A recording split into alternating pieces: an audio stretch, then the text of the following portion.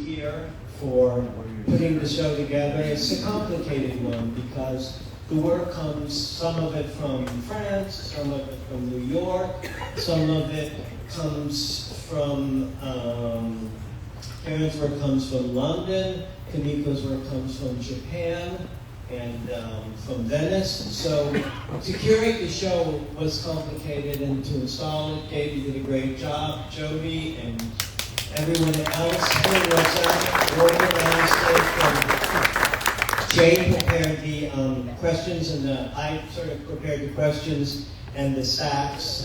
Jay did the slide stacks and the presentation, the PowerPoint. So I'm really happy to have you here. I am really happy to have Karen here and Albert.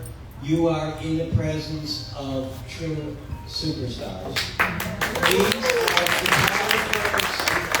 What we like to do, and I'm going to be a stand-in, I'm going to be a little Asian today because I'm going to be a stand-in for Kimiko because Kimiko's husband couldn't make it here today. He had a medical condition that kept him from, had surgery, he's fine, but he couldn't travel.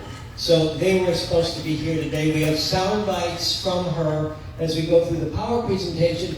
You probably won't, English is her third or fourth language. She's hard to understand, but if you listen closely, you'll get the gist, and I'll paraphrase at the end. But she wanted to be here, and she wanted to be present, so we have her slides and her sound bites. If you look at the three photographers that we have, there are three very different photographers. What we like is to do the intersection of photography and contemporary art. That seems to be our sweet spot. And all three of the photographers here have pushed and expanded the medium, have developed their own voices, and have really done an extraordinary job of making themselves really people that we follow their careers, and they're kind of pathfinders. So whenever we can do a show like this, it's amazing. The last time we had Christopher Bucklow here, and the last show that we had, nobody had cameras. This time around, all three photographers work with cameras, work with photographic equipment, but do something very special with it, and each do their own unique thing. I wrote a press release. It may seem helter-skelter, putting the three photographers together, but it really is not. And to put the three together, you would think when they're so dissimilar in what they do, the intelligent thing would be, well, let this one talk for 20 minutes, this one talk for 20 minutes, and this one talk for 20 minutes. But all three of the photographers have presented here before, and that just is a cop-out. So what I want to do is keep this episodic, keep it conversational, keep your interest in it, so you're going to have to pay attention, because what we're going to do is we're going to talk about touch points, we're going to talk about concepts, and we're going to talk about how their work developed, what their aesthetic conditions are, why they make the pictures they make, who their inspirations were, and hopefully there'll be an inner dialogue between the two, and Kimiko, of course, is not here.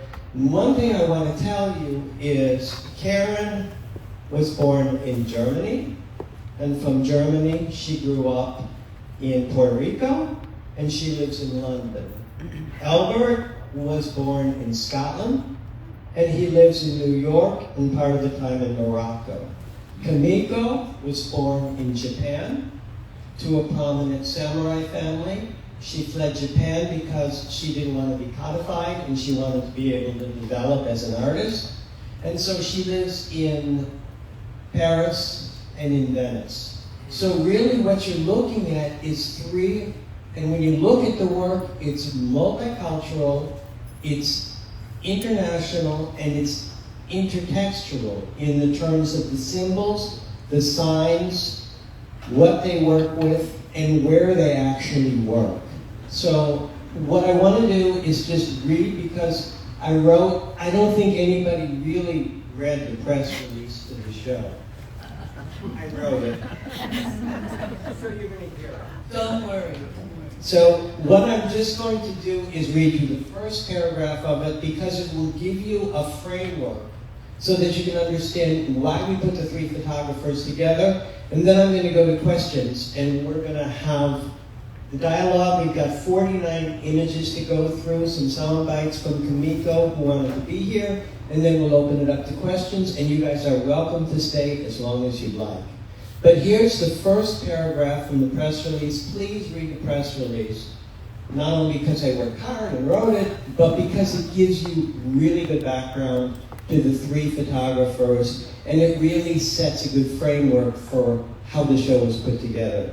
Photography as an art form has the unique ability to capture and convey complex narratives, emotions, and cultural commentaries through visual imagery. The work of Kimiko Yoshida, Albert Watson, and Knorr represent three photographic journeys that expand reality, three distinct artistic explorations that blend dreamlike aesthetics, identity quests, fashion, and cultural references into their imagery. Each artist presents a unique perspective and style to their work, yet they share a common thread in their exploration of identity, cultural heritage, and the interplay between reality and fantasy. This exhibition champions their photographic styles, examining how each photographer uses dream images, imagination, fashion, and cultural references to create compelling and thought-provoking art. So that's the background of why we put the three together, and let's let them now talk about their work. The first work that I want to talk about, the development, I asked the first question is, can you, in a shorthand, really shortly, talk about how you emerged as an artist and how your transformation through time has been. And Kimiko's work was the first work with brides, and she fled Japan because she saw her identity was fixed and she couldn't develop as an artist there.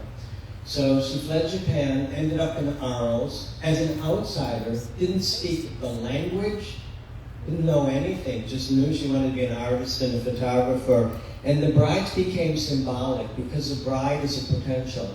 And once she marries, her identity is codified in culture. She becomes the bride of a husband, and she no longer evolves. And for Kimiko, she always wanted to evolve. So the bride series are really brides that she uses different cultures. She travels through time and culture using semi-precious objects, and she becomes the bride. She paints herself the same color as the background. She emerges and disappears into each picture, and she becomes a potential, but yet she's not fixed by any of them. She travels through time and space. After the Bride series, she was interested in doing a painting series where she sat in place of famous sitters and was inspired by famous artists and famous people historically. So, and then she did Rorschach images, so she worked on canvas, and the Rorschach is trying to find, from an abstract pattern, an image, an identity. So everything she's done, and the latest work is really work that she's done that's hanging scrolls, that she's working with master, older people that do silk screens on kimonos. So she's returned to Japan sort of as a hero, has conquered the country, and working with her native culture, but still as a potential identity that never gets fixed and is always reinventing itself. So Karen, let's talk about the punk series and where you came from. Do you want me to talk about it then? Okay. I arrived in England on July the 4th, 1976. And from Paris, where I've been studying fine art for the last 3 years. Before Paris, I lived in Puerto Rico, and before then I lived in Germany, as you've said. But coming across a subculture and style on the streets of Chelsea and in London, this is what I came across. And these are the nightclubs in and around Covent Garden, and these young people were rebels and were challenging Thatcherism at the time, you know, which was the first wave of, I guess, neoliberalist politics in the UK. She had broken the miners, you know, she remodeled and deindustrialized Britain. And these were the reactions. These were the reactions also against a music industry that had sort of become a bit fixed. And these were people, young people from art schools that made their own clothes. These are not fashion designer clothes. This is even, you know, Vivienne Westwood was there in the beginning too with Sex. But I mean, she very much fed her ideas from the street. So these were people who would go leave their suburban homes with bin bags, liners, black bin bag liners full of these clothes, which they then change and go into these clothes. Can we go to Belgravia? Yeah. And the next work after that was my parents moved to a flat in Belgravia where they found a very good deal, 25-year deal for a beautiful house on Lowndes Square. And I became very interested in trying to challenge and question my own background of white privilege, really. My parents were a success story, I guess, post-war USA, moved to Europe, were multilingual, by the way, were quite extraordinary Americans, very patriotic Americans, but had decided to live in London, so I arrived in London and began to photograph them and their friends. So Belgravia on the left, gentlemen and country life. We go then to, there's a sort of radical break in your There's style. a very radical break, but what I'm saying, what is the same is I've always disrupted the image, whether it's by the content of the type of people I've photographed in punks. By the way, I worked collaboratively with Olivier Richon. That was another challenge to the sort of individualistic idea of photography as we co-authored that work. This work here, the animal, like the text in the previous works, disrupts the space and brings in a new sort of sensibility to it, if you like. In the most recent one, this one taken in Herculaneum, I've reinvented the Aesop's tale of the lion and the mouse. I assume most of you know it. The mouse disturbing the lion saying, "I'll kill you." Well, just wait a minute. I might be a friend one of these days. And then the mouse saving the lion. So I mix different genres and storytelling devices in my work. The Indian work refers to the Ramayana and the Mahabharata, characters in that, and the animals are like fictitious avatars of those characters. We go to Albert. Albert, you've consistently shot campaigns that are either producing images of cultural icons, objects that have symbolic significance, or landscapes like the Isle of Skye. Can you talk about, from the beginning to the current, how your work has developed? I think, you have a mic? Am I on? Are you? No. I did switch it up. Hey, Mike, take care. That was me. I thought, I would just mention something, Holden, just a little bit at the beginning, that I ended up at art college for 7 years, where I did a regular degree in graphic design, and then I was at film school for 3 years. Along the way, I did 1 day a week in photography. So the reason I mention this is that if you look at the work I do, you can see graphic design, and I came out of film school as a director. So you combine these two things together. The director was all about handling people, directing people, and the graphics was very beneficial to me. And I did do photography along the way, and I became more obsessed with it as I went through everything. So the background was completely graphics and film, and that you can see. In fact, interesting enough, if you look at the picture up top there, which was done in 1998, this picture was done 27 years before, and this picture here was done on a Nikon, and I did notice at the very end of every Nikon roll that it double exposed at the end, and I was shooting this model, and it was very early in my career. This is like 1971, I think. And so you can see the connection between its graphics. The pictures on the wall, sometimes the pictures are very simple, like the golden boy there. That was done on an 8x10 camera, and I just shot this child at the end of the day. He was only 5 years old, and I had an idea to basically spray him with a gold metallic, which he was a bit worried about, but he was worried. And I managed to get, I think, about 5 frames, 8x10, of him before he got really worried and he wanted to go home. So there was only ever five frames of that. The other one on the wall there, if you see the model in Paris, you can see graphics again, and you can see almost a filmatic influence. So I'm just saying that generally. And with me and generally overall in the career, I had there was good news and bad news. The good news is I had an interest in everything photographic. I didn't care if it was still lifes, landscapes, personalities, fashion. I shot a ton of fashion, a lot of Vogue covers and stuff like that, a lot of Rolling Stone covers and stuff like that. So I was involved in very many different aspects of photography, involved in an artistic side, but also commercial side as well.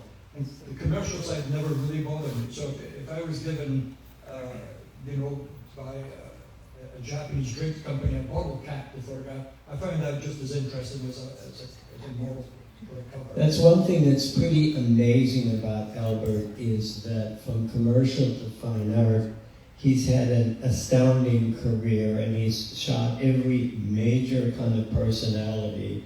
But he's also shot, for Prada, for Levi, for Gap, for Chanel.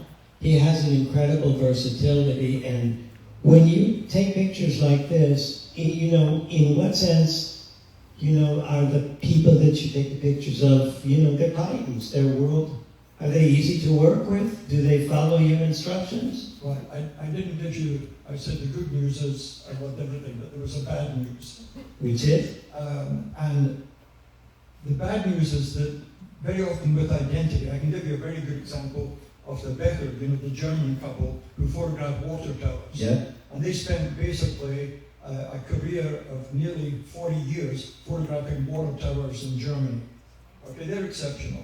And the images are very interesting and so on, but if you saw a water tower from 30 feet away, you would know it was by them, because it was a water tower. They were by the way, they were the progenitors of the New German School of Photography that so many other photographers came out of.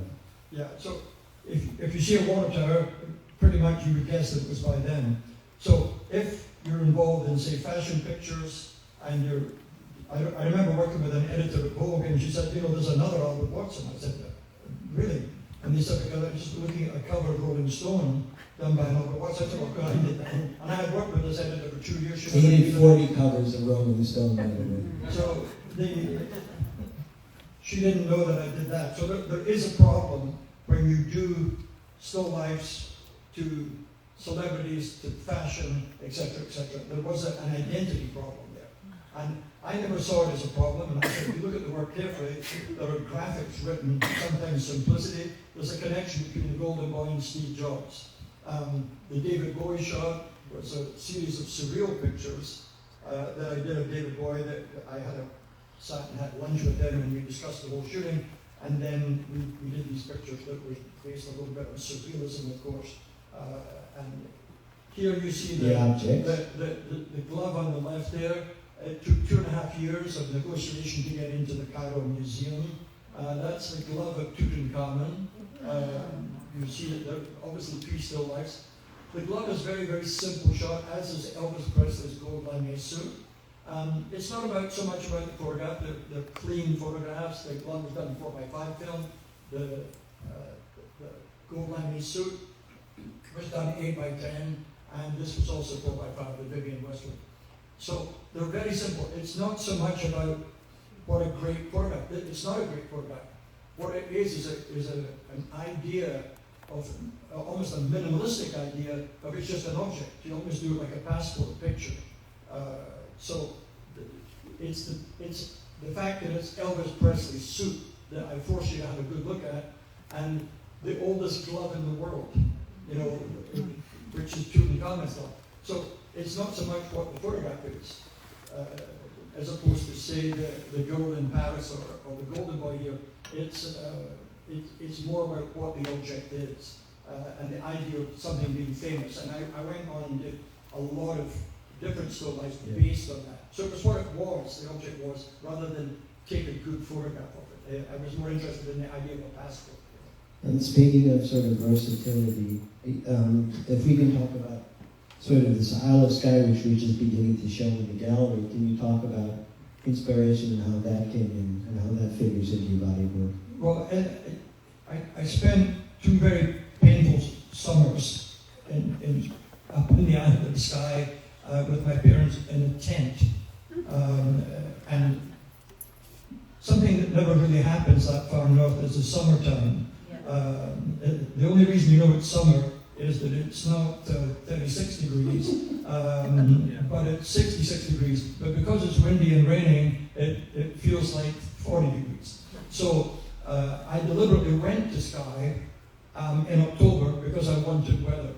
And anybody here who does landscapes, you know that you're at the mercy of basically what the weather is going to give you. And I was a little bit terrified that I was going to end up in a good side where, you know, it was a nice sunny day with blue sky, you know, and I was terrified of postcards. I was terrified of postcards. So I went when the weather was bad, which I did get plenty of that. And then you find that with bad weather, you can get more atmospheric pictures. If it's raining, if it's misty, if it's windy. And the middle picture, I actually stayed on this loch for 1 complete day.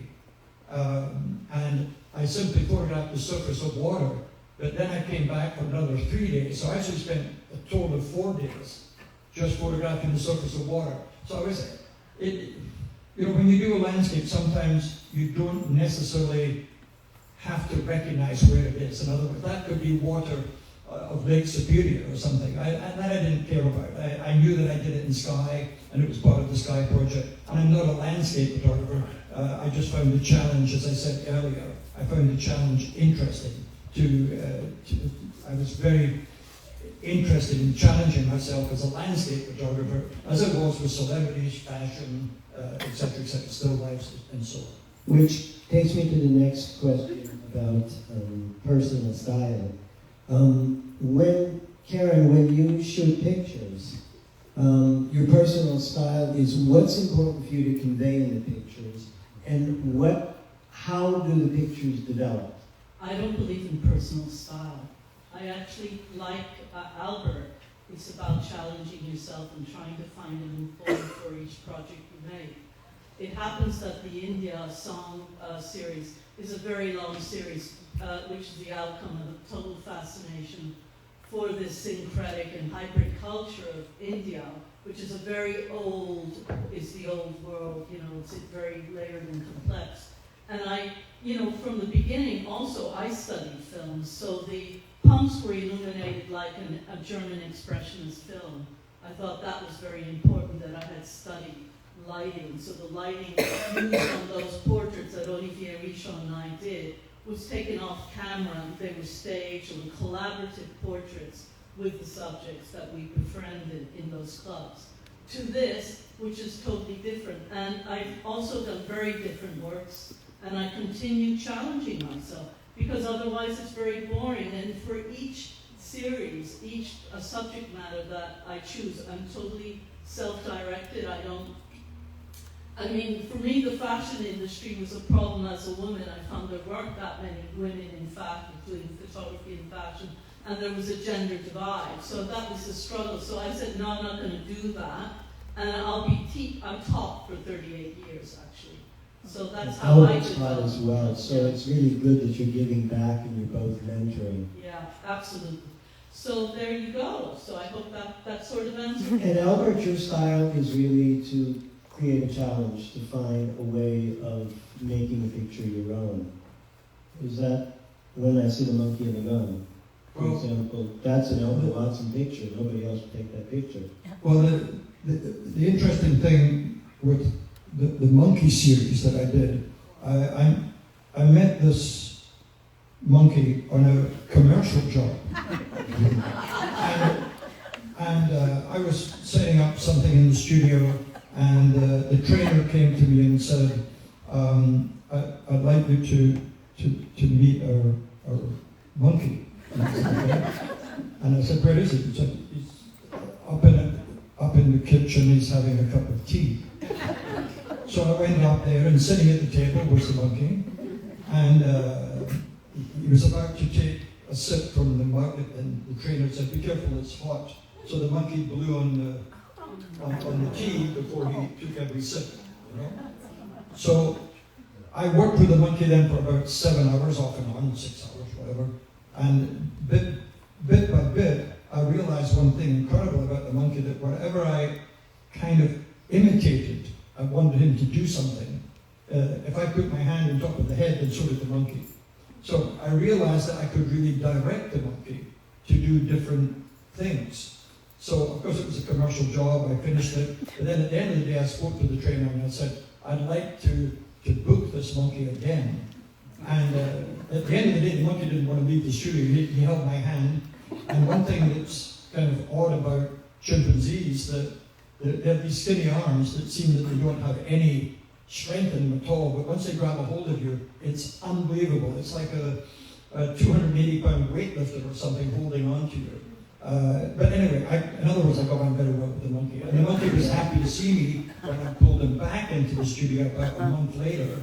He recognized me, and then I had put together a lot of elements, different props and so on, which he loved. So there is a little bit saying, what is it about working with animals? Is it a bad thing when you dress them up? You both work with animals. Well, it's interesting because it's about this whole debate about anthropomorphism and this idea of the primeval, free animal, untouched by culture, if you like.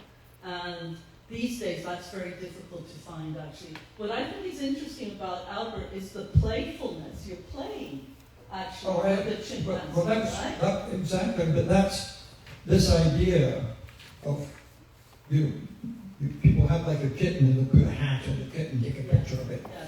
And these are the most popular things on Instagram. Yeah, and it's always depressing when I would consider one of my better shots on the Instagram, and we're very happy that it gets 3,500 hits. But then you find a kitten with a hat on it, and it's got 1.2 million hits. That's the way Instagram works. You know, you shouldn't get but I'm upset about it. But what I did want to do with the monkey, I wanted some conceptual. I didn't want to just take a picture of him. Right. I didn't want to do hear no evil, see no evil, etc., etc. No, that's so cliche. Easy to do. So I came up with various props and things like that. I found a kind of a magician's outfit that we could. And the nice thing was, the chimp loved it. I didn't feel I was torturing him. I wasn't there with a whip threatening. He loved it. He loved every minute. And we had this time, at the end of the second day of shooting, where I did all these shots, there was a broad. He really didn't want to leave the studio because he was getting attention every minute. That was the thing. You're giving the animal attention. He's enjoying it. He's having fun. He didn't mind any other things. And the interesting thing with the gun, when I handed him the gun, the first thing, the gun's heavy. It was a real gun, unloaded. I handed him the gun, and the first thing he did was he did that because he didn't want to. There's no reason to hold it there, and so I actually ended up doing the shot upside down to get that shot because the gun was heavy. Because he just every time I gave it to him, and I tried to show him, but then he dropped it. So I actually shot it upside down to get that effect. That's what I wanted. So I did at that time it was Polaroid. That's the magic of photography. It's so unique. I'm sorry to jump in that he actually knew to put his finger on the. Oh, that he did. No, you saw that. There's no problem. But just the weight of the gun. He just said it's more comfortable here. You know, because why would I hold it like that? So it was just in 2 minutes I shot it upside down. So it was basically an easy shot. But you need the concept. And that was another thing, going back to my training as a graphic designer. Graphic design, you think, oh, graphic designer, that means you play with type and you play with stuff. We were, at that time with graphic design, people wanted to know what the concept was. And to this day, I still use that, try to come up with conceptual thinking. Elvis Presley's suit, anybody in this room could, with an iPhone, almost anybody could do that shot. Maybe not 8 by 10 quality, but they could do the shot. It's about that nobody in this room did photograph. And nobody else at that time had photographed his suit, because Colonel Parker sent over the suit in a plastic bag from the dry cleaner. And there was a note from Colonel Parker that said, we thought you might like to photograph this. It's straight from the dry cleaner. It came in a plastic bag on a wire Kodak. So one thing that's really amazing about all three photographers is that the surfaces are really lush, are really rich, whether they're black and white or color.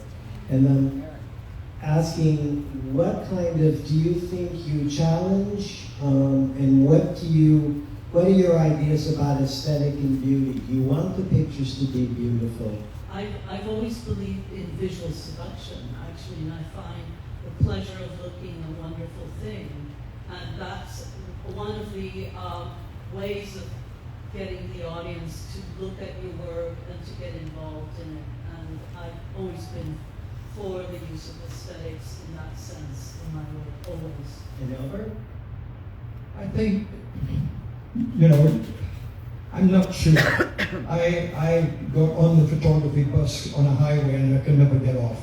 So basically, I'm going down and I get an idea for something and I do it, and then we hope it's good. Although in the very beginning, there was an interesting thing here, because a lot of heavy photographers, meaning, I don't mean famous or whatever, they're always interested in speaking with me about technique. And the one thing that I had a very hard time early on, I would do a picture on Monday that I would think was a masterpiece. It was like a Sistine Chapel of photography. And then on Tuesday, when the film came in, the next day the film would come in, I would look at it and say it's a little bit disappointing. And on the Wednesday, I'd throw it out. So there was this idea of what was going wrong there. But I did come to the conclusion with me in the way I'm working, is that the problem was technique. So the technique was a problem. And I realized this because I was never trained as a graphic designer, art, film school. So I then began a very heavy program of really learning the technical side of photography and becoming a fairly good technician, but I would emphasize that it was painful for me. It was not natural. There are photographers that I've met them that are 97 to 98% technicians. Because they love. But don't have much to say. Women are less guilty of this, but men are very guilty of it. Yeah, they're rather boring too. Women find that, which is a decent thing, because I've done classes with women. And very often women are more creative than the men, for sure. A lot of the classes I've given, I found the women more creative than the men, but the men, of course, were very, very good technically. And of course, good technically can very often make the picture boring. But I did have a commitment to learning the techniques, because the one thing that I did understand about that, if you hold on to the creativity, if you hold on to that creativity strongly, and then you go into technique, the technique did open doors. In other words, you become good at saying, then you could solve anything. You could go into a mirrored room, as I did recently, a completely mirrored room, and I had one advantage over a lot of young photographers. I had spent 40 years analog. We both were analog. We're analog. So I would view analog as a great training ground, for to really train yourself as a photographer. Because now the photographers are just a lot of the young photographers, which I've come in contact with. They're far too quick to say I have a very good retouch. And their attention to detail isn't always that good, No, actually. exactly. And attention to detail is everything in photography. Especially caring if your work is seamlessly, and your work has to be perfect. Well, my mother was a photojournalist, so we had a darkroom, so I've been teaching myself photographic technique even before I went to a photography course. My first course was a part-time course in professional photography at Harrow School of Technology and Arts, it was called then. And we just played with all the equipment. And it was great those days because we weren't given a brief, so we could just create our briefs. So that's what we did. And that was very life-affirming and enhancing. Absolutely. And one thing that I find amazing now, handling modern cameras, right? And Canon would endorse this. It's amazing. I have millions of negatives and pieces of film that were done essentially with two things, an aperture and a shutter speed. Mm-hmm. And then you look at the camera, you know, and I was showing this to a young guy, and I said, do they had a Hasselblad? And he had the original Hasselblad. Yeah, And I showed it to him, him, and I said, look, there's a shutter and an aperture on the camera, and I said, you have a choice of lens, telephoto, or white, whatever. That's it. And then he said to me, he said, is that all there is in this camera? And the frame, and the square frame, if you choose a square. Is that all there is? It's not the camera. Photographers say it's not the camera. I find a lot It's of the digital aesthetic and cameras. it's the eye and the intelligence behind the person that's using it. Yeah. And I'd say women have been, in the world of photography, women have played a Juliet Margaret major. Cameron. The aesthetics, and we've got Joyce Tennyson in the audience, and Joyce has been a real hero, and Joyce has completely keep reinventing herself, and with simple equipment has made hauntingly beautiful images. So women have always had a sort of sense of that kind of beauty and aesthetics are something that, and men have often kind of tried to make more visceral, more forceful images. Not Susan Meiselas. No, she's a photojournalist. So, and Kimiko has always been very interested in this sort of sense of beauty and kind of trying to erase it and trying to figure that beauty is a mask that people wear and a kind of an identity that they have, but it's something that they wear. It's something that's not innate to their soul. I mean, you can have a beautiful soul, but the physical presence is something. I think we were supposed to have, Jay, a soundbite on. Hold on. I'm sorry. Kimiko? Holden, Yeah. just 1 sec, hold. See if it'll go. There. Western makeup is designed to be beautiful. It promotes the particular and the singular. In exact opposition to Western makeup, traditional Japanese makeup, Shirogumi aims at abstraction, at indifference. Shiroguri, literally painted in white, tends to only erase the personalized mask. It condemns the singularity of the face, sticks to the face by covering it with white, erase all individuality. A geisha, thus made up in white, does not seek any perfection. Okay, so what she was saying, remember, English is her third or fourth language, and she is delightful. I only wish she was here with Jean-Michel. And they're an amazing team. But what she was talking about is she had studied Japanese, she had studied the makeup artistry of geishas.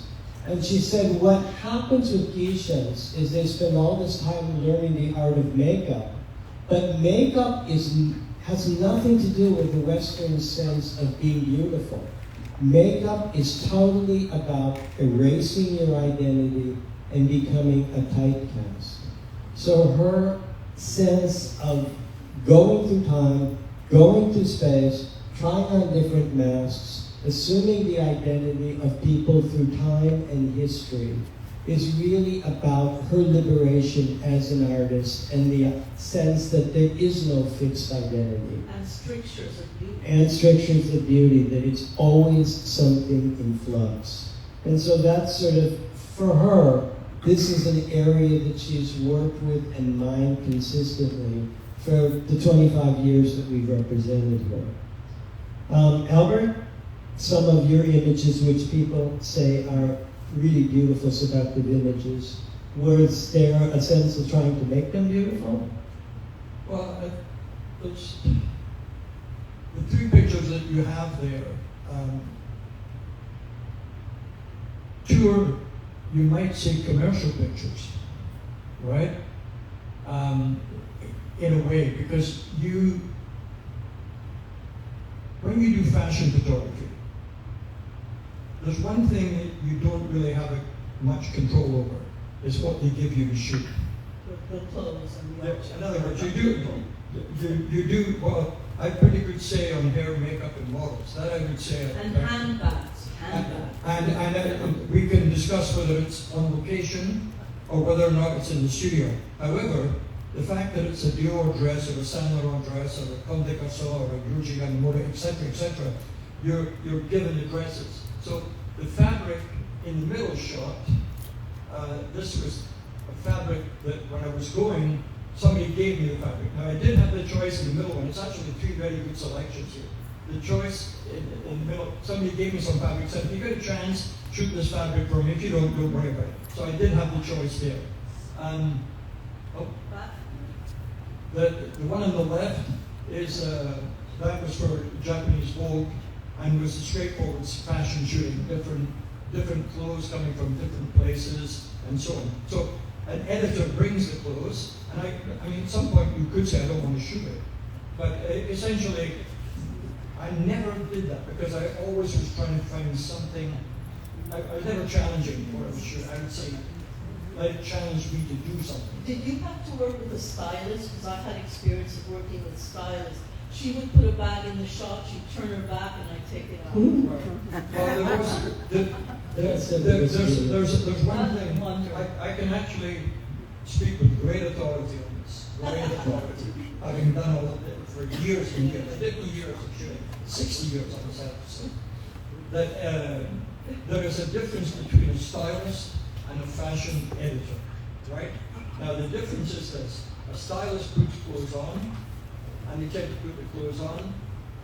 A fashion editor, you might say, is for sure 50-60% a stylist, but the other 40% is an art director, a creative director. That is a crucial element that you have. Some of the great fashion editors, Grace Coddington, who was British, who ended up in creative director of American Vogue, Pauline Mellon, who was an outrageous editor who worked along with Irving Penn, Avedon, she worked with for years and years and years.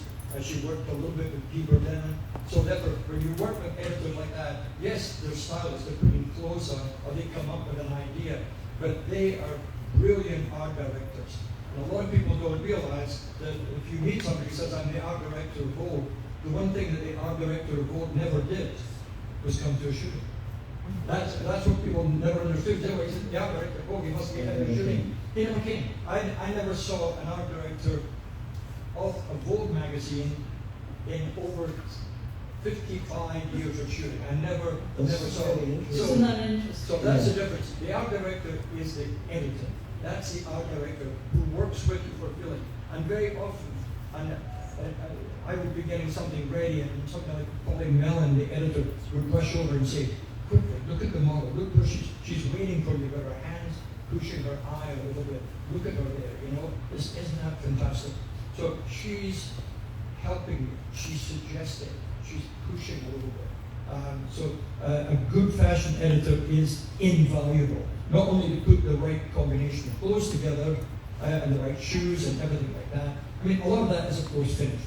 At the moment, fashion is virtually, for me, almost finished. Yeah. It's almost finished. And very quickly, I'll try and say this very quickly.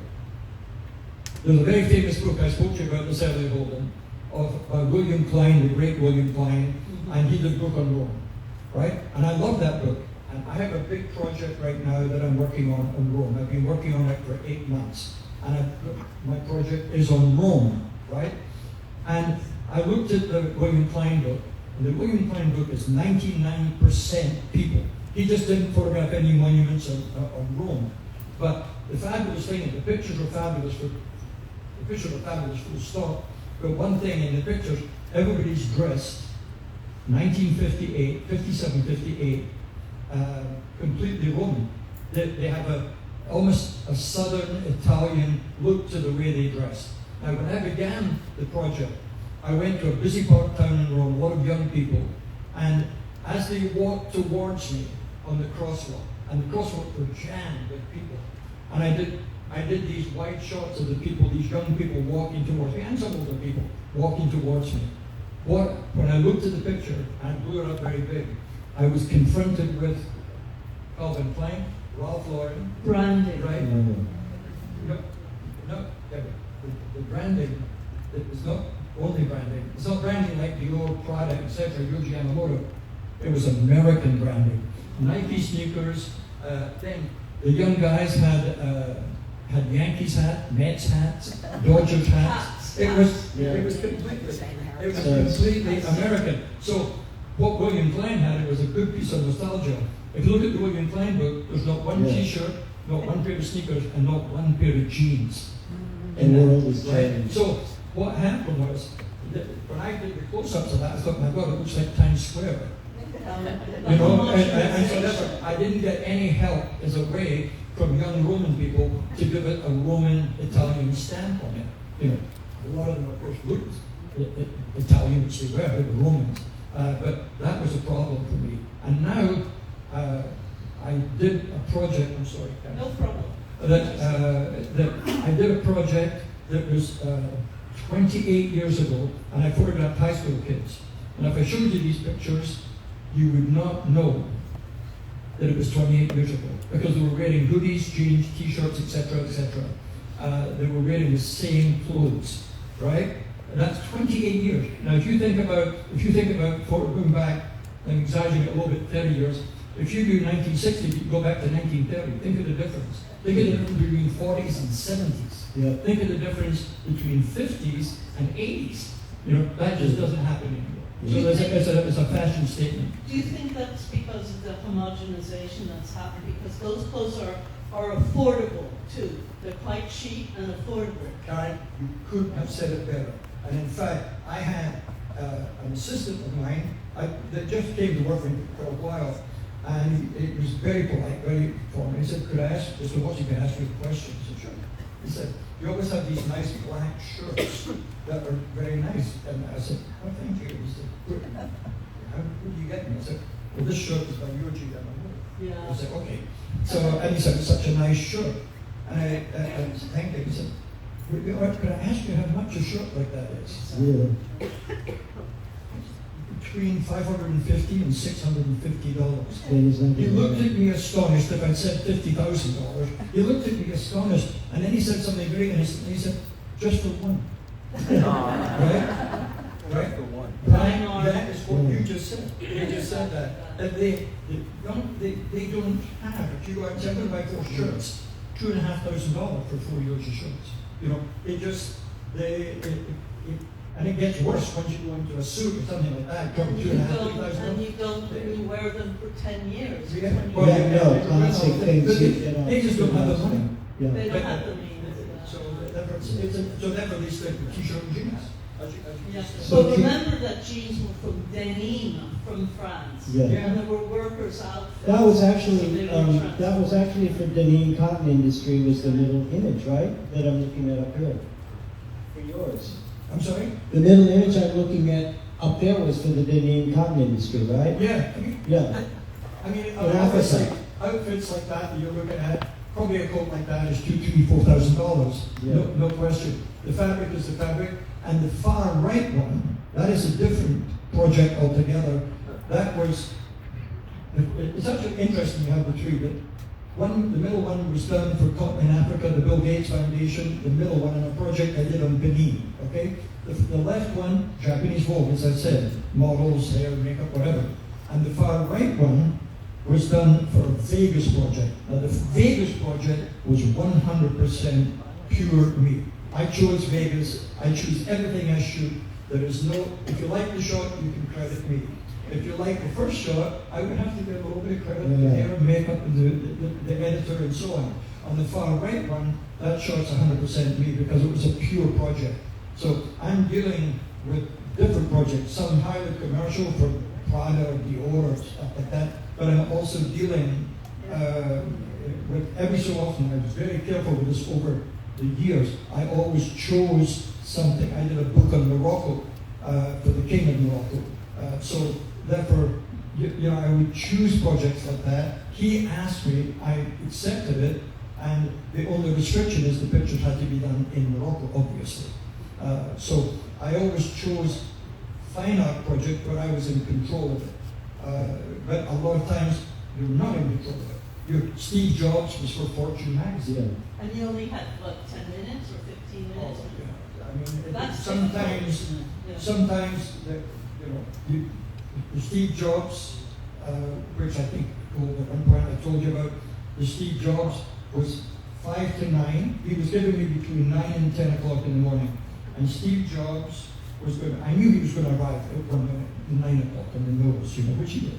And at 5 to 9, there was a very nervous PR guy from Apple came in and he said, I just want to tell you, Steve really hates photographers. I said, I can't. Oh, nice. I said, I can't help that and do a photograph, But the one thing that guy did was he put it in my head that Steve hates it, photographer. I thought, well, I kind of heard that, but now he emphasized it. And I thought, how can I I was thinking, and then I came up with, which was actually not a bad idea. When he walked through the door, he was very polite. He said, hello. And I said, very happy to meet you, Mr. Doctor. I said, I have actually good news for you. And he said, oh yes, what's that? I said, I only need you for 30 minutes, not an hour. So I took a chance on that. I was all ready for him. I'd been doing the lighting for 2 hours. Yeah, you practiced. Right. So what happened was, he took my hand with both of his hands. He said, oh my God, he said, I'm so busy, that's great. So right away he said, what do you want me to do? He stood on the mark. I already had a line ready for him. And he said, what do you want me to do? I said, just be there. I said, imagine you're sitting across from a conference table when there are 6 people in front of you and they all disagree with you, but you know you're right. And if you look at the shot, that's what he said. And then he said to me, he said, no problem. He said, that's every day for me. So at that point, the shooting went well. And then at the end of the shooting, I shot a Polaroid, and he actually asked me, he said, oh my God, he said, you're still shooting film? And I said, well, and he said, why? And I said, because I don't think digital's quite there yet. Yeah. And then he pointed at me, and he said, I agree with you. But then he went like this, he said, but we will get there. He pointed at me, he said, we will get there. He agreed that it wasn't quite right yet, in 2000, whatever it was, 7 or 8. But he pointed and said, that's what happened with me. I mean, we both that's what I wanted to ask you. Digital. When I look at pictures like this, Karen, they need... Well, some of them, the older ones, the ones done in France, You were done on a together? 5.4 camera, analog, and I scanned them personally. But the pictures like these are well, done these with... are all digital. No, that one is analog background. So do you figure out, I mean, obviously they're composite pictures. Yeah. So when you shoot part of it, do you know what the other part should be? No. How do they It all evolve? happens on the computer in my studio, where I start imagining and trying things out, trial and error, thinking what works, which animal works, preferably an animal not far away from the location. Right. For example, what scale? I use surrealism. I play with scale. They're larger than life, like the 2 egrets in that room are much larger than life in that mosque, So, yeah. And do they have symbolic power? Do the images... Yeah. I mean, if you put a person there, it wouldn't look right. It would look like it's just it a would record of... It would become a Norman Parkinson, which I respect and admire, but it's not me, because I'm very interested in the space, so the work is both a document and a reflection on what the power of that space is about. And how is it that you can scout out space and find I such spend spectacular hours. spaces? This building, these 2 are taken in the same building. It's an extraordinary building.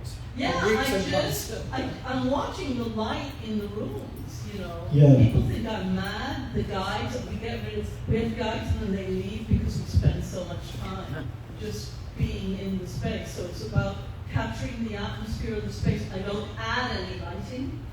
I'm just using what's there. So the exposures can be anywhere from, you know, let's say a quarter of a second to 10, 20 seconds. And your aesthetic, I mean, you say you have no real style. But yet I look at the pictures and I know they're your pictures. They're like trademark pictures. I look at the seductive use of color. I look at these ancient I grew up in the tropics. civilizations, I was yes. surrounded by color. We had hibiscus in the garden, acerola trees, lemon trees, lime. You know, I grew up in that very vivid tropical environment. I think probably did affect my attraction to color. I was not at all fazed by the commotion in India. It was just a larger version of Puerto Rico. And are the pictures inspired by sort of fables, by and by literature? characters. As we talked about the lion and the... So that's all part of the And actually process. found out that Indian stories and the Panchatantra influenced and created our fables through ESSA, through the trade links. And there's a wonderful book that you must all read by William Dalrymple about the Golden Road. It all really talks Golden about, Road? Yeah, about the Indian trade routes and how the Indosphere influenced the world. Interesting, very interesting. Contrary to this idea of the on-land Silk Road, it took place by sea. It's an amazing book, I highly recommend. And Albert, you know, I don't think so much in terms... You know, when you look at your work, you know the objects, you know the people, but you also, I mean, this picture of Kate Moss on her 19th birthday, I adore it. It was one of the first pictures that Jody and I bought together of yours, and it really recalls sort of a man-ray solarization. So can you talk about what you do with the negative, whether it's digital or regular, sometimes to come up with this stunning kind of picture? When I first went into a darkroom, I didn't really know, and I had an afternoon, on a Monday afternoon, when I was being trained as a graphic designer, I had a Monday afternoon, and part of it was somebody took me into a darkroom. To me, I thought it was pure magic when he put a piece of white paper underneath an enlarger, and then he put it in some chemicals, and the next thing was the image came up. I remember looking at it like, I kind of knew that roughly, that's what it was about. But when he took one of my negatives that I'd shot and processed, and he showed me how to process, and when I saw one of my images coming up from white, I was hooked on that. And to this day, I'm still in the darkroom, which nowadays is a little bit painful for me to do. I still love it, so it's a yes and no, love-hate thing.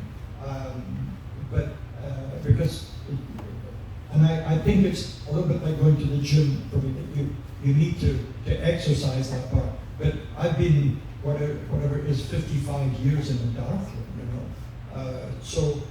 Actually a little bit more.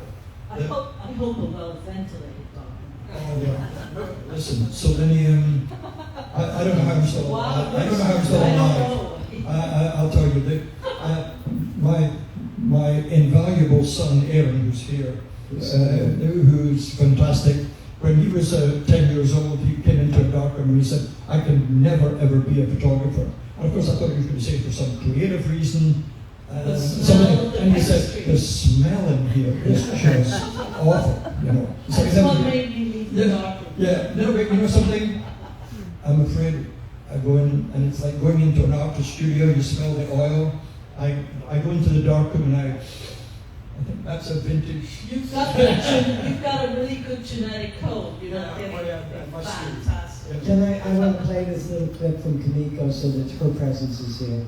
For 25 years, my monochrome self-portrait, made without Photoshop, have followed an invariant conceptual protocol.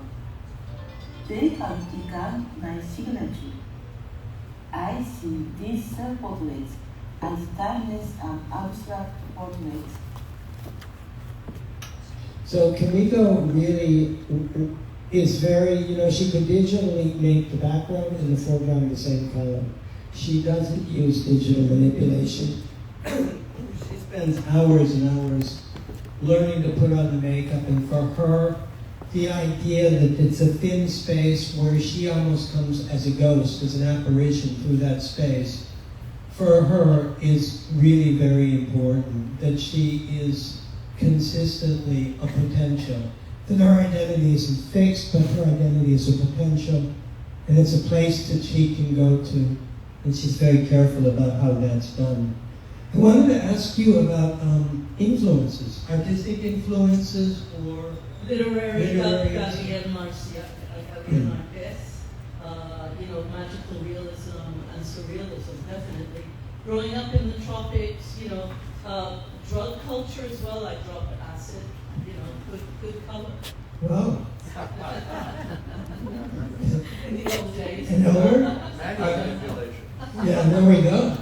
I would say that in the beginning, I was fascinated by some of the heavier photographers that were in the fashion business, like Avedon and Penn. And I loved, Avedon was never in a darkroom ever. He never printed, and Penn was the opposite. Penn printed all of his platinum prints, platinum palladium prints and so on. But I was very influenced by that. And then if you go through all the photographers, didn't matter who. Bill Brandt. Everybody, endless. Sometimes people ask me who's your favorite photographer. I don't have one because No. I have maybe 2,000 that I really enjoy and think are amazing. I would agree with Painters, Albert. poets. I do, but hold on. I did an inventory, which I had to do because I had to refile stuff. I have thousands of books, but in the end, I found out that 75% of the books that I have are art books, and only 25% are photography books. So you would think it was the other way around, the photographer, and so the main influences, the project I'm working on, which I mentioned again, the Rome project, one of the main influences that I like very much, and this is where I actually do like the computer, is I like and became fascinated with, for many years, but really fascinated with the drawings of Sura. All right? And the drawings of Sura, of course, are highly granular, because he was working with a heavy either pencil, crayon, graphite, on a rough paper, on a coated paper. So he has this great, so therefore, one thing I did with the part of the Rome project was I drew on that and began working with grain screens that we made. And You can make them with layers. oh yeah, you can make them with layers. It's fantastic. I'm a big fan. The digital cameras I'm not a fan of, particularly, because there's too much stuff in them. Yeah. I don't need to take a picture. I don't use half of the settings. And they take up I all of don't your choices mind. already. I don't need to know that if I'm doing a landscape that I get a warning signal that the clouds are slightly overexposed. I don't need that. To be honest, I don't know why on a $10,000 camera that somebody would buy a $10,000 camera. Surely you're going to invest that amount of money. You must be pretty serious about photography. That's just for the camera. Or even if you go into like a phase 1 camera, They're like $28,000 is for the camera. It's like, I said I took out a mortgage on the camera. So, basically, but the one thing I do love is the computer. It's such a creative space. The famous photographer, Sarah Moon, the French photographer. Yes, I had dinner with her one night, and we were both speaking for about half an hour, so people came a lot more. That we were speaking about how much we both enjoyed the computer. But you understand, you're talking about two analog photographers who fell in love with the computer. Yeah. Not somebody who's younger who only knows the computer. We handle the computer in a slightly different way. Analog photographers handle it in a slightly different way to, let's say, a 28-year-old photographer. No, I think that's true. I think a great photographer who grows up analog, it's a whole new set of tools and it's a whole kind of delight. But your aesthetic has been established, your skill has been established, you understand your grasp of the medium, how you work, and what you want to say. And that's the largest part of it. And then you have this enhancement. that you have something special. I want to let Kimiko weigh in on this. So listen carefully, it's short. From time to time, I quote from art history, allegory, or historical painting. Today's art bureau on art history sees the creation of the pyramid. And that's her. So she looks everywhere. I mean, she fell in love with the Renaissance and the Byzantine. She didn't know any of that in Japan. That was just not what she was supposed to do, although she was an art student. So she found everything anew and was like the proverbial kid in the candy shop. I wanted to talk a little bit about cultural movements that have influenced your work. I think we're going to accelerate conceptual now. art. Yeah. Also conceptual art, one of my favorite tutors was one of the inventors of conceptual art in the UK. So some of that use of image and text was very colored by that influence, if you like. And then, of course, like we mentioned, August Sander, Bill Brand, very important for my work. Walker Evans, my God, I love Ajay, Julian Morgan, like Albert, and art history too. I bet you don't have a favorite. I don't really, no. And I don't have favorite photographs either. And people keep on asking me, which is your favorite? I love them all. And Albert, looking at you, I mean, it's, your work takes you all over the world. Obviously, China, Morocco, America, Europe.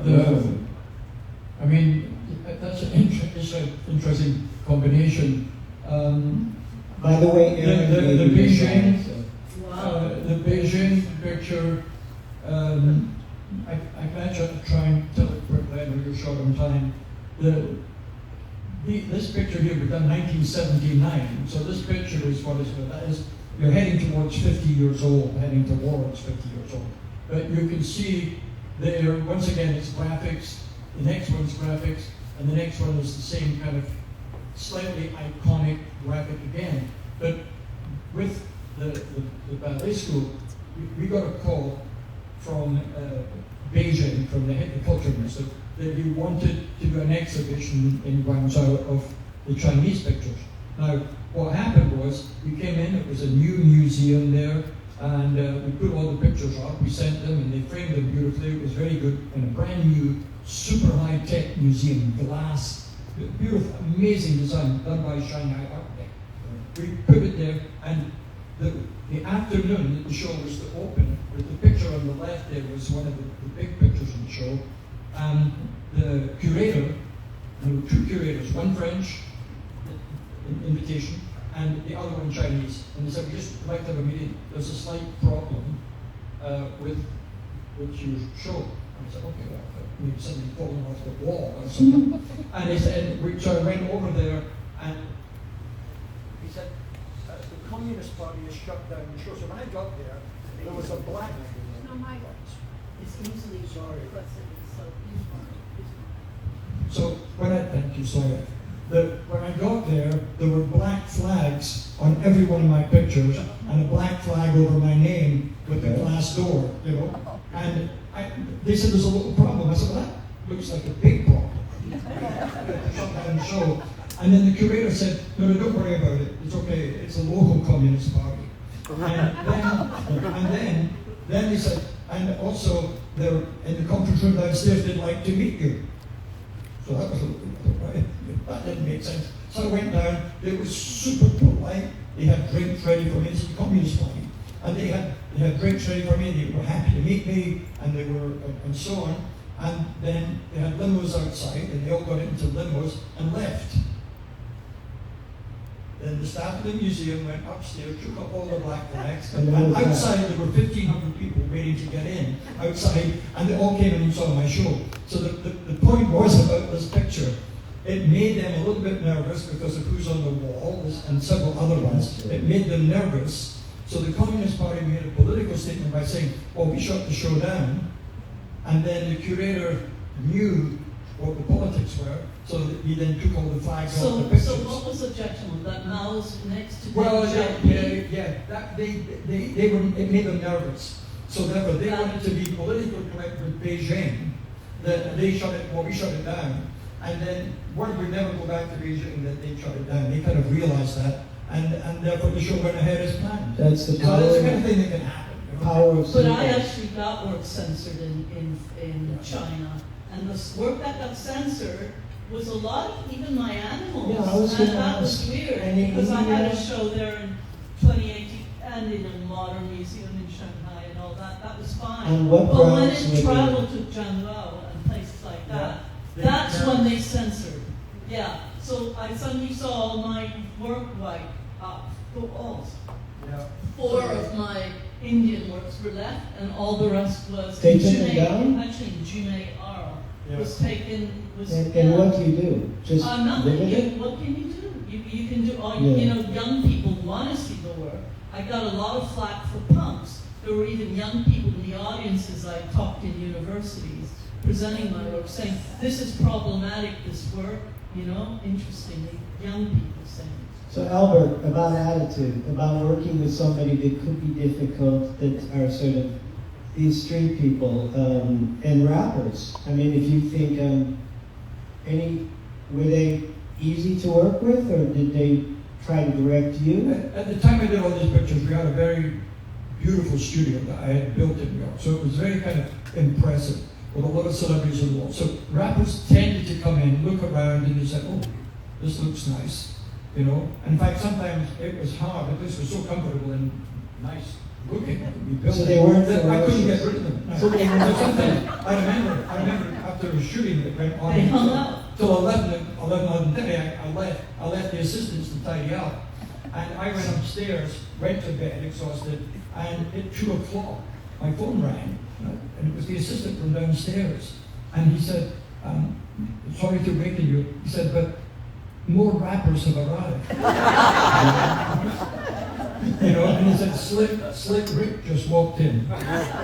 You know, and I was like, I said, "Listen, let me speak to her." I can't remember who was it. Naughty by Nature, I think was the guy's name. Naughty by But Nature. anyway, I said, can I, let me speak to him. I said, I spoke to him, and he said, "Oh man, I'm so sorry." He said, "We were hanging out and so on." And I said, can you please, I need to shut down the studio, we have a shooting in the morning. And he said, "I'm really sorry about that." So they were polite. So therefore, sometimes they're difficult.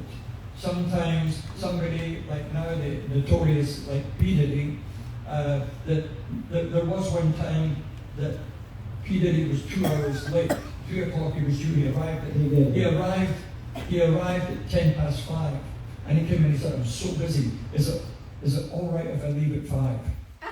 I said, "Wait a minute." I said, it's already 5:10. I said, "Unless you've got a time machine." And he said, "Oh my God, it's 5:10. So sometimes the timekeeping kind of went out the window, whereas you're dealing with people like Bill Gates or Steve Jobs, or you're dealing with the Queen of England, they're always right with 1 minute, 30 seconds early, you know. So color factors into both of your work. I'm going to move along quickly because I want to open it up in 10 minutes. I mean, we've spoken somewhat of it, but for you, when you look at something, obviously, is it a structural issue that you see this radiant color? Or is color just another thing that you deal with composition? Color is very, very important. I mean, I'm attracted to those heritage sites that use color in a very particular way, and I bring in the animal, in this case a white tiger, to enhance the color and that effect, that magical effect that color can have. And Albert, this is a new image on the right. The shot on the right was done in a place called Charleston Farmhouse. That was basically almost a headquarters for the Bloomsbury Group. And it was a farmhouse in the English Sussex countryside that belonged to Vanessa Bell. And she was part of all of that Bloomsbury Group. So we were very lucky to get permission to go into her house. It was still operating as a house. And that was the living room. And the living room was really beautiful. Because the Bloomsbury writers were what, 30s and 40s? Virginia Woolf. Yeah, 30s and 40s. John Kane. Quentin Bell as well. They were cultural He was still figures. there. Yeah. He was still still Yeah, there working. they were as the a cultural model. figures. And so Yeah, she's a Duncan, figure, Duncan and she's a Grant. model that's Duncan Grant was right Yeah, there. and They she's were a all model there. inside. So And they introduced color into English art Art. because they were very They influenced by painted the everything. And Robert Morris and all of those But, people. but they painted everything in the house. They, for Furniture. example, they silk screened the curtains. They painted the fireplaces. They painted. There were chests. There were wooden chairs. Yeah. They painted Hand painted, everything. yeah. So that was important for you. So it was nice. Back then, a lot of the time, because it was before digital, obviously, that shot, once again, is old, that shot. You look at some of these shots, I mean, I don't know the date, but the 1987. 87, so 3, that's 35 years plus 3. Yeah, yeah. 38, that shot's 38 years old. And China. And the nicest compliment I ever got, I think it was the best compliment I ever got, that Franca Zazzani, who was the famous creative director and Yeah. editor of Italian Vogue, when Italian Vogue was amazing, and she said that to me, she said, your work's strange, she said, because a lot of pictures you did for me when she was there, that she said, a lot of pictures you did for me, she said, I didn't like at the time, she said, but now I really like them. So it was maybe the best compliment I got, because my pictures were never that fashionable. And Yeah. the reason they were never that fashionable at the time was that I was a photographer who was doing fashion, right? Now, I came under the heading of, there was quite a few like that. Guy Bourdin was a photographer who Yeah. did fashion. And even, A great color. even Avedon was that.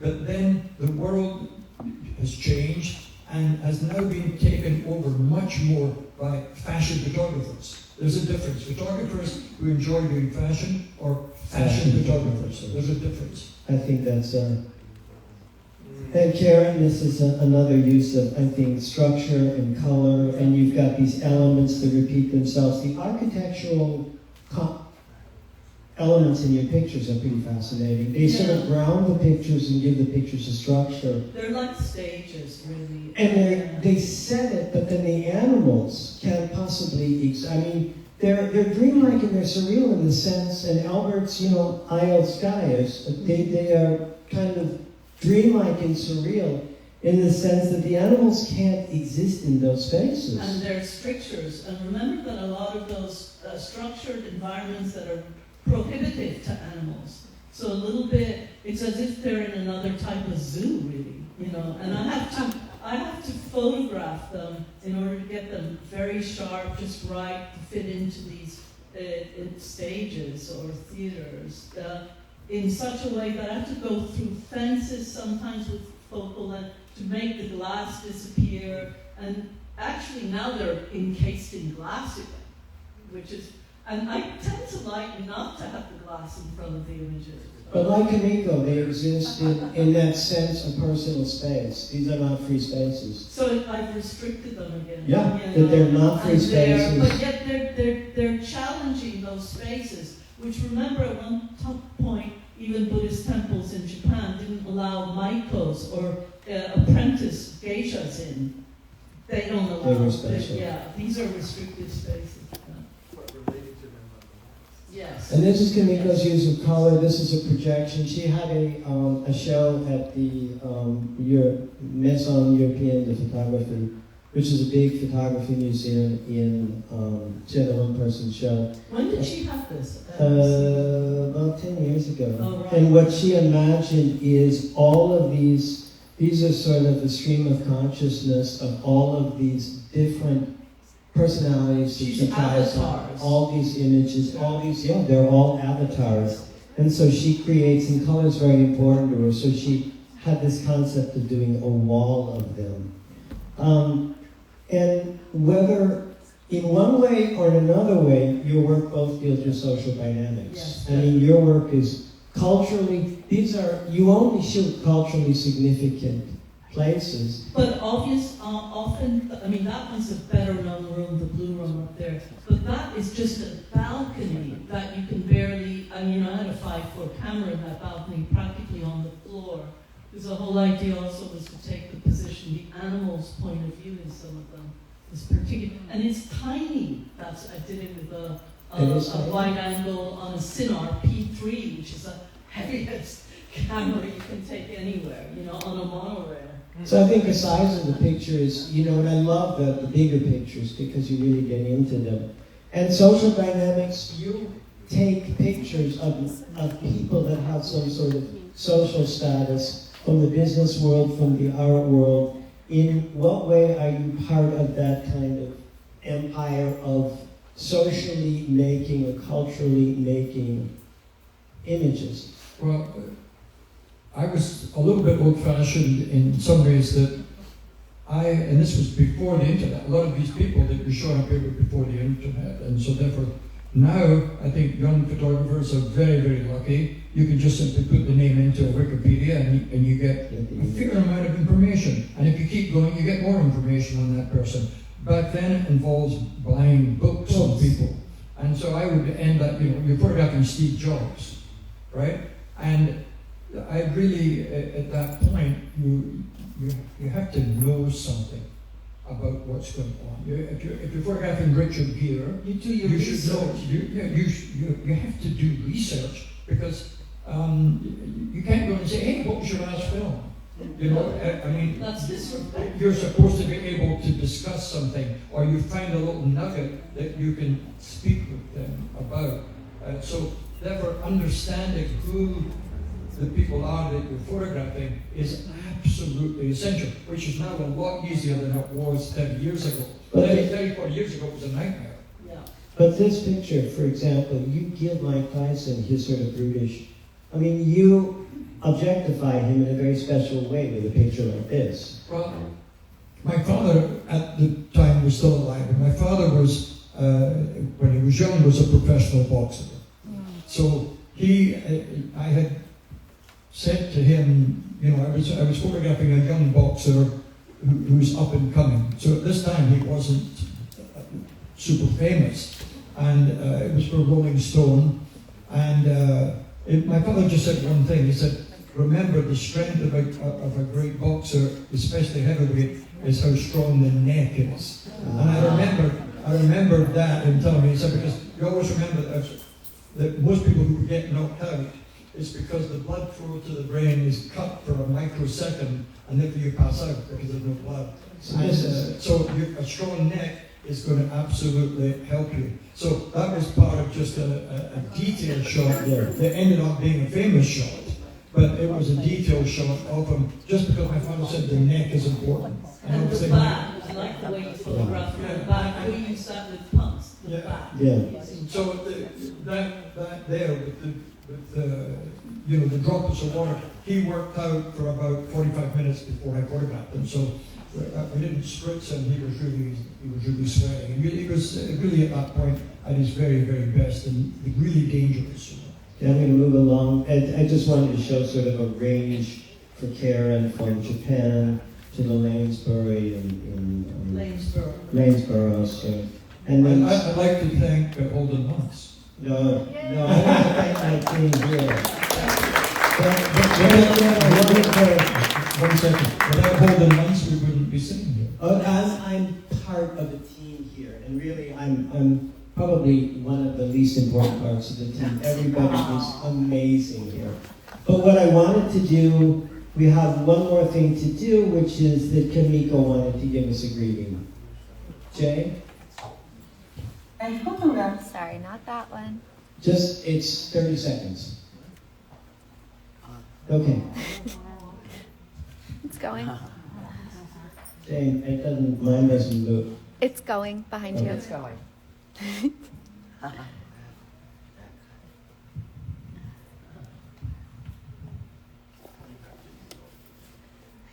I hope you enjoyed my video. See you. I know I kept you guys a little bit longer, but it was really interesting, and it was absolutely my pleasure not only to present for you guys, but to be in the presence and the company and to get to talk just conversationally with two amazing photographers that everybody in the gallery really loves and worships. Thank you all. If you have questions,